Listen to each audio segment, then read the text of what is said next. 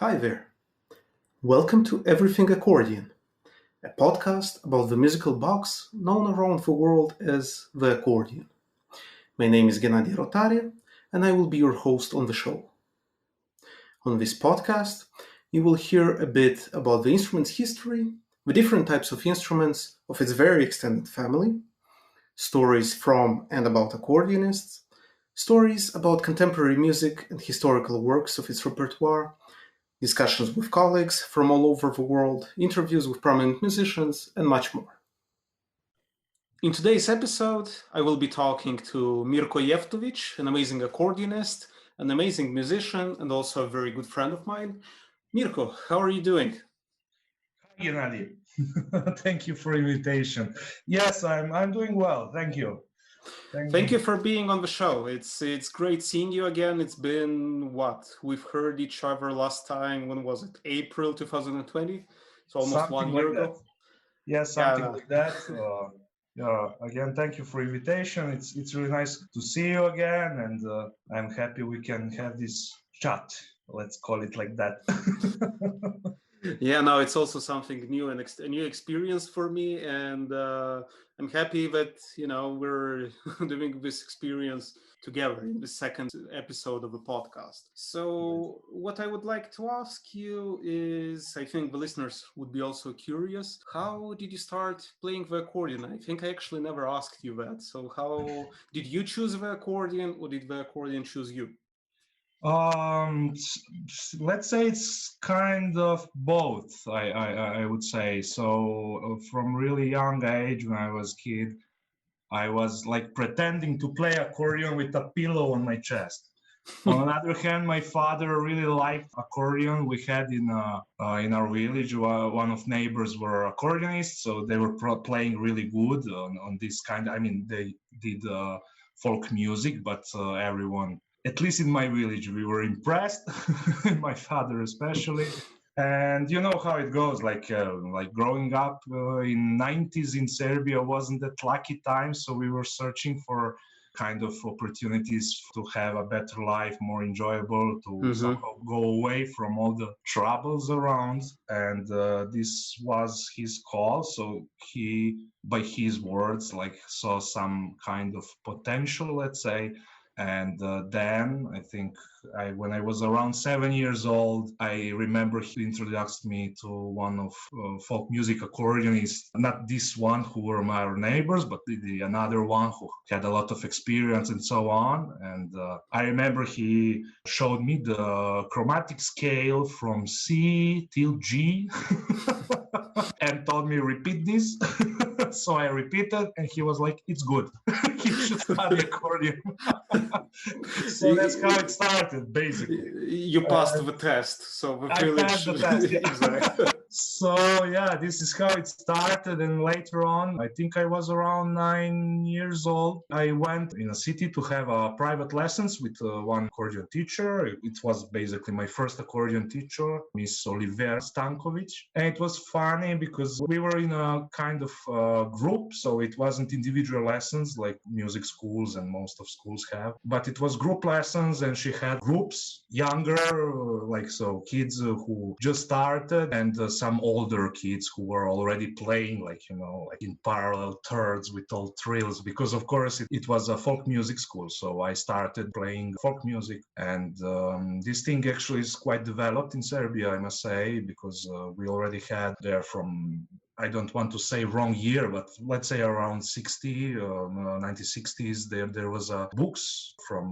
one accordionist who had introduced a school of button accordion for folk music. So I was learning notes, learning to read scores, and so on. So this is how it started, and actually I was happy with this. My father was really happy with this. I was getting better and better in these kind of things. And then my teacher told me, you know what, you should try like real music school. And later on I learned that she had 2 children of her own, and one is actually a really successful cellist now, teaching in university, playing in Belgrade Philharmonic and so on, and her daughter was a successful pianist. So she was familiar, of course, with classical music school, and she somehow suggested me only I went from this kind of group, and this is how everything started. So Wow, let's say that's it's something like that, yeah. And yeah, and few years ago, when I played a concert in Serbia after 10 years of break, actually her daughter was organizing this festival. I knew her, but I didn't met her personally. It was some few years gap between us, so I never met her in school or whatever. And I went to the concert, and my teacher came there to listen to the concert, and she had no clue who I am. and wow. and I wrote actually in a program book, like in a biography stuffs and so on. I mentioned her name as my first teacher, so she was like later on, like, wait, what? Who are you? It's like, I don't remember you. Are you sure that you No, studied and with me? then she was, yeah, oh my God, I had no clue you continued, you play so well. I finished the university and so on. So it was really nice evening, like spending time after the concert, like, yeah, I was that little Mirko from like 20 years ago. Wow, that's really fascinating. I mean, the Serbian school is quite well known. The Serbian School of Accordionists is quite well known around the world as a very strong music school, especially for folks music. But then again, there are also some very good accordionists who have studied also in Germany. Some of them have studied in Austria, in Italy, and so on. Yes. And you made a very interesting choice of actually not so many people do that. You moved to Slovenia. So how was your experience there at the academy? Yes, after finishing high school, and actually started university in my hometown, but I had somehow, how to say, I was encouraged by my family, by my teachers, maybe to try to see something else, where what's happening around, let's say.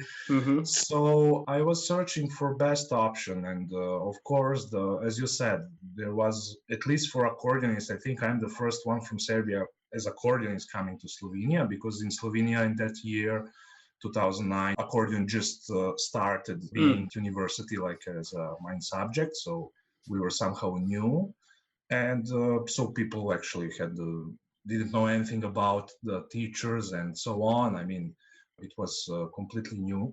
But anyway, like, let's say I saw my opportunity there, so somehow I was attracted, because it's not that far away from home, let's say. So I saw advantage in this. On the other hand, it's something completely new. So I thought, okay, maybe if I can try and continue doing my best, maybe I can get some opportunities, like, which are not that common, like in an environment when there is a lot of good players. So you have to fight for every concert with a lot of I mean, honestly, this was the first impression, but it turns out actually I was right. So I got a lot of opportunities, and environment in general was really nice, and I like it a lot. So after all these years, I decided to stay here. So actually, I'm living now in Slovenia, in Ljubljana.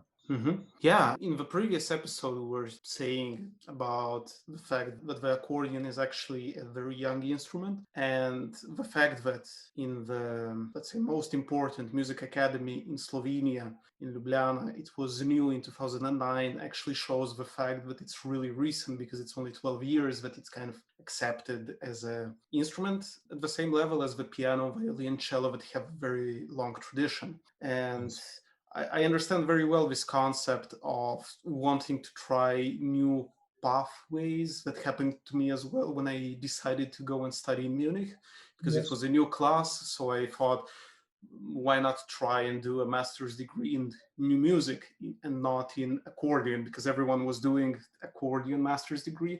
And later on, you were also the first accordionist who did the PPCM or PPCM, which is the Performance Practice in Contemporary Music in Graz, in Austria, with Klangforum Wien. Would you like to say a couple of words about that experience?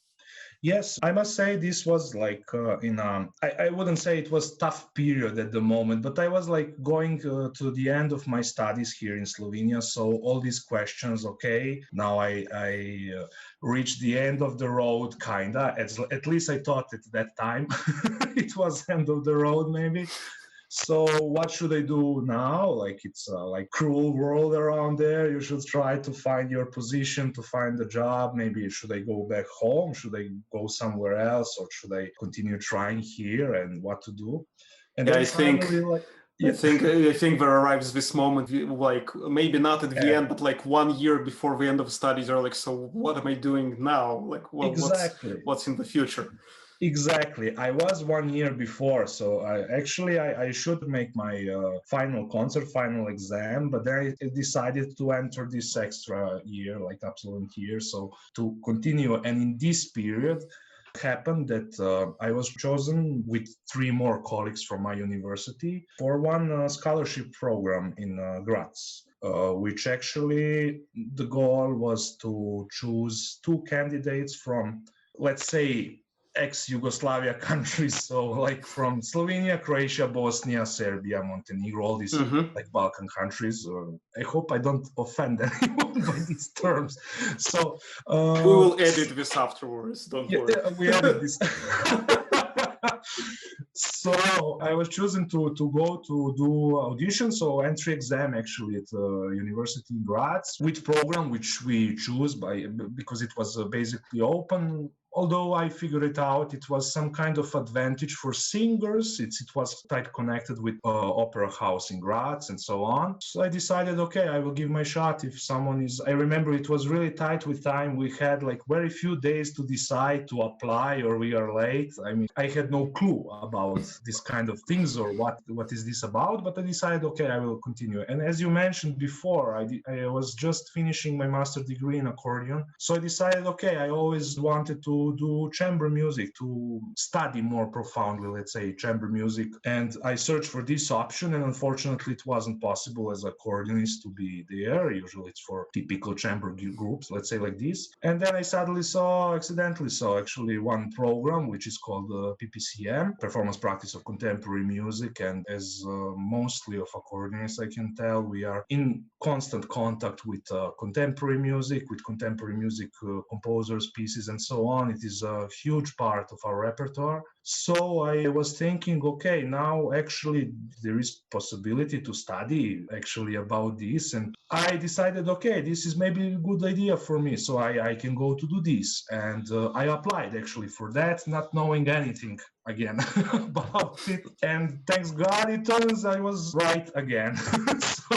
So yes, I entered, I got my scholarship, and beautiful 3 years in Graz started. So actually it was kind of life-changing in a sense of my approaching to music, of my general idea, what I want to do with my instrument, what I want to do as a musician today. And I'm still on this road, let's say, Nice. although I finished in Graz studying, 2000. Hmm. We actually studied with the same professor. Where Yes. he doesn't like to call himself professor. With Krasimir Sterev, who is the accordionist of Klangforum Wien for many years now. I think over 20. And actually, that's when we became friends. Do you remember when did we meet the first time? If I remember correctly, we met in competition in Pula. I'm not sure, but I think we met there before we started with studies, because I remember I was competing in accordion duo. You were competing also in chamber music, I think, and in solo, something like that. And this was for sure before Graz. No, it was in Valtidone. It was, I think, 2012 or 2013 when you Oh, really? went there with Corrado Royac. Yes, of and, course. and and Yes, I yes, came to the yes. competition, but we just crossed paths and just said Yes, hi, and then that was it.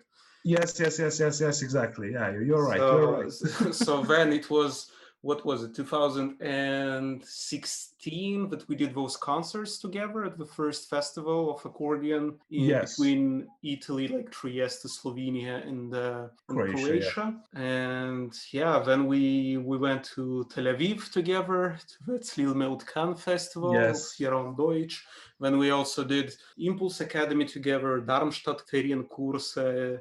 Yes. Yeah, it became a very intense collaboration and cooperation. It was actually fun. Do you Yes. remember that time we were in Darmstadt, sitting in the main plaza Yes. drinking beer, and then like all of the participants of Darmstadt started joining in, and it was like a huge camp. Yeah, at the end, it was a really huge circle around us. Exactly. It was like 1 week long, everyone with beers just sitting there. Yes, yes. It was beautiful. I still remember this time and all this experience. I think probably for you, it was new as well for me. This kind of intensity and love to contemporary music and meeting that amount of people on one place with the same goal. Yeah, no, And this was amazing. Yes. I felt at home there. I felt also in Impulse Academy in Graz. It was Yeah, Impulse is same thing, just a bit shorter. Yeah, no, if I may say so, somehow I love Impulse a little bit more because Darmstadt has lots. It's Yes. really overwhelming, and it was when we were there. It was 3 weeks long. Now I think it's 2 weeks or Yeah, something. it's a bit shorter. I saw it. Yeah, yeah. More manageable, I think, because otherwise, Exactly. I remember like after the first 10 days, I said, okay, on the weekend, I don't want to see anyone. I need peace.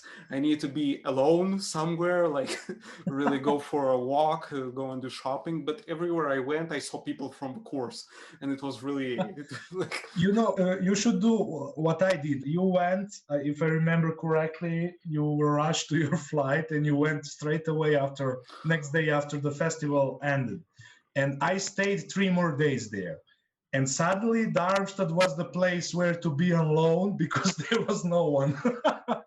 yeah, because Everyone went their home. So I was relaxing for a few days and then I traveled back to Graz. Oh my God, no, actually, I forgot about that. No, because Darmstadt, actually, there's not really much happening like during the year. But like the thing with the flight, I remember we were sitting in the plaza, I was waiting for the bus.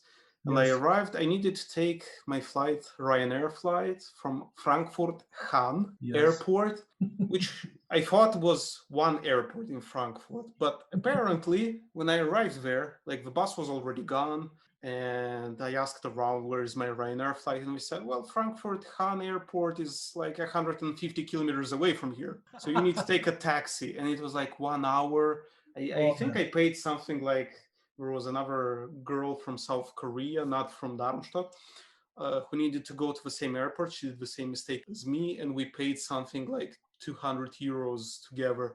And the taxi driver was like, yeah, man, it happens quite often. And my reply was, did you ever think doing something about that? Or is it just convenient that people make a mistake and you earn 200 euros just like... Sorry for laughing, but this kind of problems.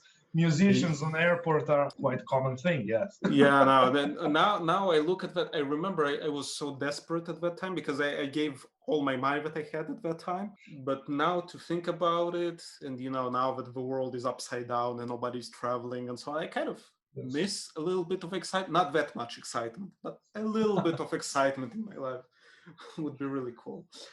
Mirko, you're someone who, as you mentioned, you're interested in contemporary music and working with composers, and there's something that you have been pushing, a project that you have been pushing towards for a very long time, which is accordion duo. You also worked with composers like Bernhard Lang, who wrote a piece for you, also with other composers during your studies.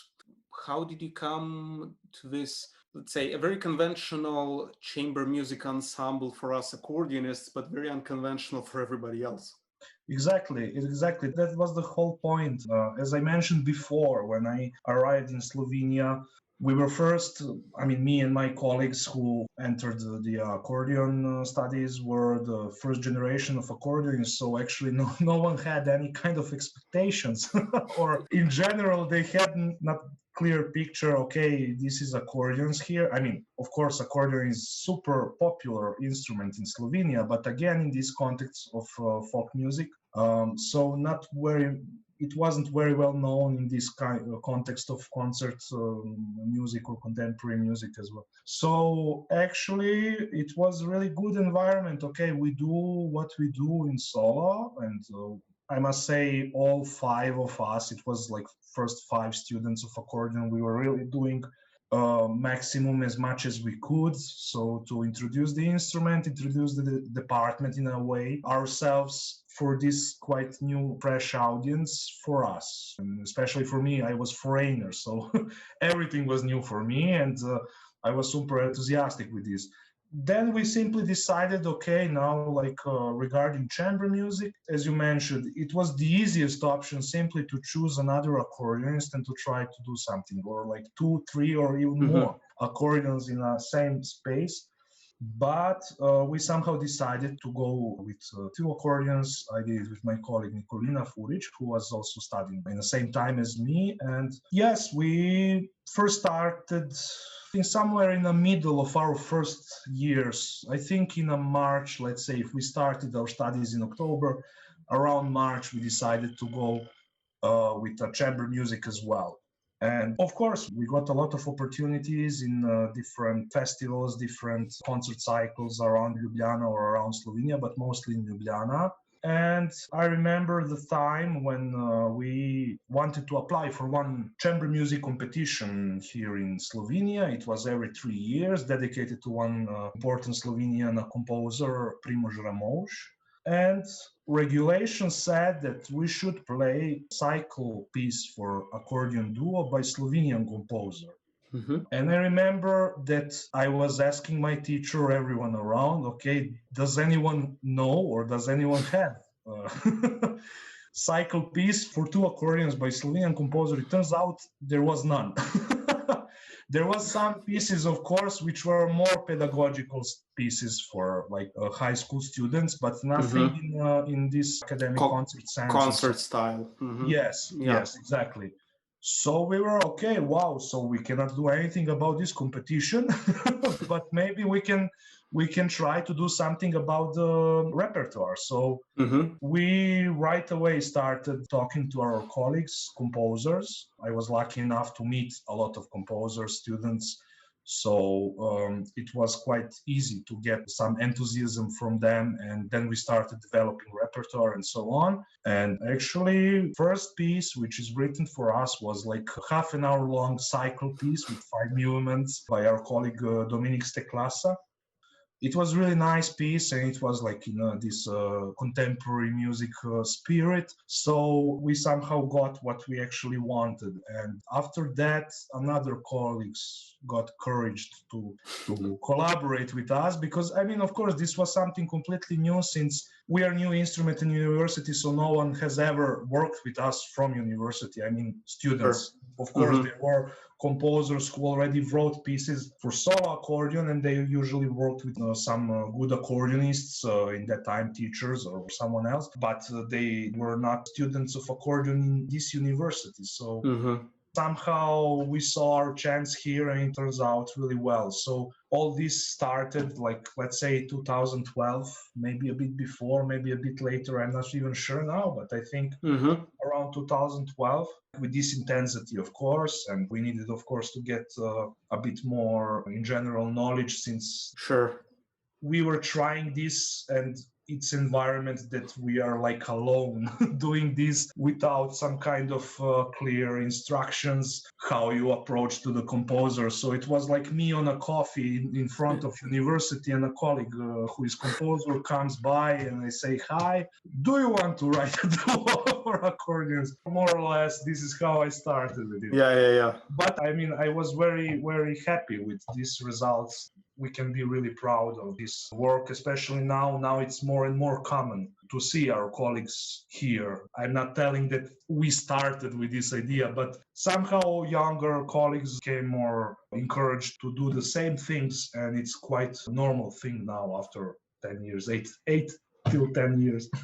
So yeah. Yeah, we're going towards 10. Yeah, no, but that's fascinating how things change and how, Exactly. it's difficult to kind of start the ball rolling, but once it rolls, it just goes, and there are many things happening, and it's really great. Do you have some anecdote or funny story about working with composers? Anecdote of funny story. I don't know actually. I can mention this, but this wasn't like between work. Usually we were all very serious in our work. Of course, we also were friends, so we hang around or whatever, but after the work is done. But I remember like when I managed to approach Bernhard Lang to ask him for the piece for duo, and he accepted. I wasn't sure if it will be possible. I mean, he's such a busy composer and such well-known composer that I felt right away, okay, maybe this is a bit long shot. But actually, he was super happy. Maybe I was in the right place in the right time, so he decided to do it. But it was funny, like afterwards, every time when he was introducing his piece for the concert in Graz, for concert in Vienna, or here in Ljubljana afterwards, and so on, when he was telling about the process, like how he came up with idea and so on, he would mention me, like I was like asking him, encourage him to do it, but he was always telling like, and that's how the guy was standing in front of university smoking and having a coffee, and he asked me, so like So it's the strategy that you developed 9 years ago still worked at that time. So it is funny, like I'm always a guy who stands in front of university meeting people. It's like, hey, you want to write a piece? It's like, do you want to write a piece? So this is immediately I remembered as I told you before, my first days here in Ljubljana, how I met the composer and now really good friend who was the first one to write it. And after so many years in Graz, I do the same drill. But it works. You see, but it worked. You got it down to science. It's just like you stand there, and the right moment you're like, hey, you want to write a piece? So this is like the funny story about the composer and myself. Yeah. Cool. Mirko, how are you coping with a pandemic? It's been almost 1 year, more than 1 year actually, since everything started. And how are you managing to stay active, creative, curious, and, fit in your musical activities? Yeah, I mean, I actually don't know what to explain this. Like everyone telling all the time, and it is true that this is like difficult times, everything stopped. It is now so obvious how the thing we like the most and we live from and we live for is so fragile that it can almost disappear. I don't want to sound too pessimistic. I'm trying to choose my words, but it's simply what I feel. But I'm dealing with it in a way that I decided to do all the stuffs about the music for which I didn't have enough time before, let's say like that, and to devote my time to do these kind of things and to keep myself in shape in sense of practicing, playing on. Unfortunately, last concert I played, it was in August. I had some attempts to do some another project, but usually just before the realization something or the regulations were changed or something with health for someone went bad and so on, so everything somehow stopped. I'm trying to not to think too much, to go too deep into this. I mean, this is reality, we have to deal with it. I think we have to do whatever we can to help to prevent, to stop this thing, meaning in our responsibility to society and to ourselves. And about the music, I think everyone, I mean, of course, we all miss playing live, playing on a concert stage and so on, all these kind of festivals, like as we spoke before, Darmstadt, Impulse, stuff like this place where we meet and where we can talk and where we can exchange our experience, our ideas and so on.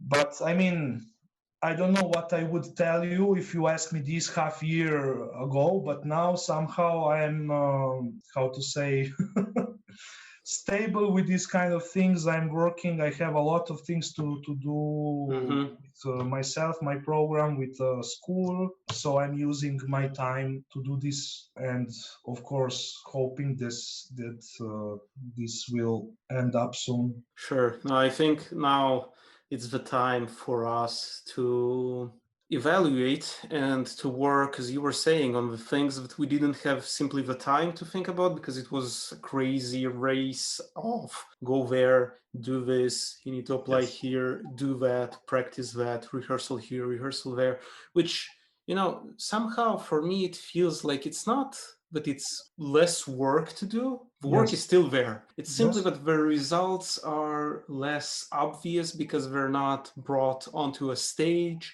or we don't have an immediate response from an audience and so on.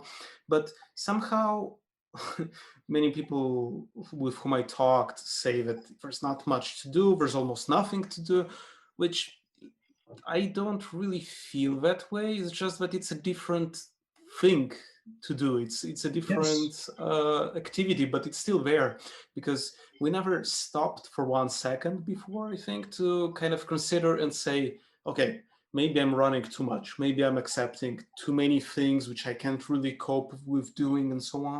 And now I just have time to sit there, think it through. Maybe not too much, as you were saying, because when you think about it too much, I get depressed sometimes. But Exactly. That's actually how this podcast started, because I needed something extra to do. So it's a very new thing for me. Yes, exactly. I agree. I mean, there is really a lot of things to do. I mean, I also was like, when all this craziness started, I can't find the term, but I remember I was like, okay, maybe this is the time, like a bit to slow down. I remember in that period in March, April, when everything started going crazy, I had a lot of activities with concerts, with teaching, so on. So I was like running all every day around. I was like, okay, so yeah, maybe this is even better for me in that sense. I have now a few days to think about it, but soon after these few days, it was completely new thing for all of us. I remember I was arranging some stuffs in for that year for May, June, and so on. I was sure, okay, this will end. When we were hoping that everything will start as soon as possible. Yes, okay. I mean, we are musicians. We are not experts for this kind of things, but also some experts had like, not that long-term predictions. But yeah, but afterwards, of course, we had to find ourselves, to think about our lives, to think about ourselves, our activity, and yes, I think we managed to find solutions. I mean, I think it's important to stay positive and try to kind of keep your head into some project, something that you're doing, and it just goes, because the creative flow is there and it kind of never stopped. Not even the pandemic can stop. Maybe the activity itself, yes, we miss it, like thousands, if not tens of thousands, hundreds of thousands of artists around the world. They're waiting for theaters to open. But it's something that keeps us active, and we just go on. And yes, I mean, and also like financial things are also very problematic for musicians. This is like, you probably know as well, a lot of musicians who are living from concerts and so on, and they are really tough for time for them. But anyway, I mean, I don't think we get anything with simple surrender, we give up, and I don't know, we start something else. I mean, our job was never simple in the first place, not before the pandemic, not during, and definitely not after. But yeah. Mirko, thanks a lot for sharing your thoughts. Is there anything you would like to invite our listeners to look into, your web presence, the social media, or anything else? Yes, I mean, everything about myself and my activity can be found on a web page, Accordion Duo R and Schoffeld Ensemble.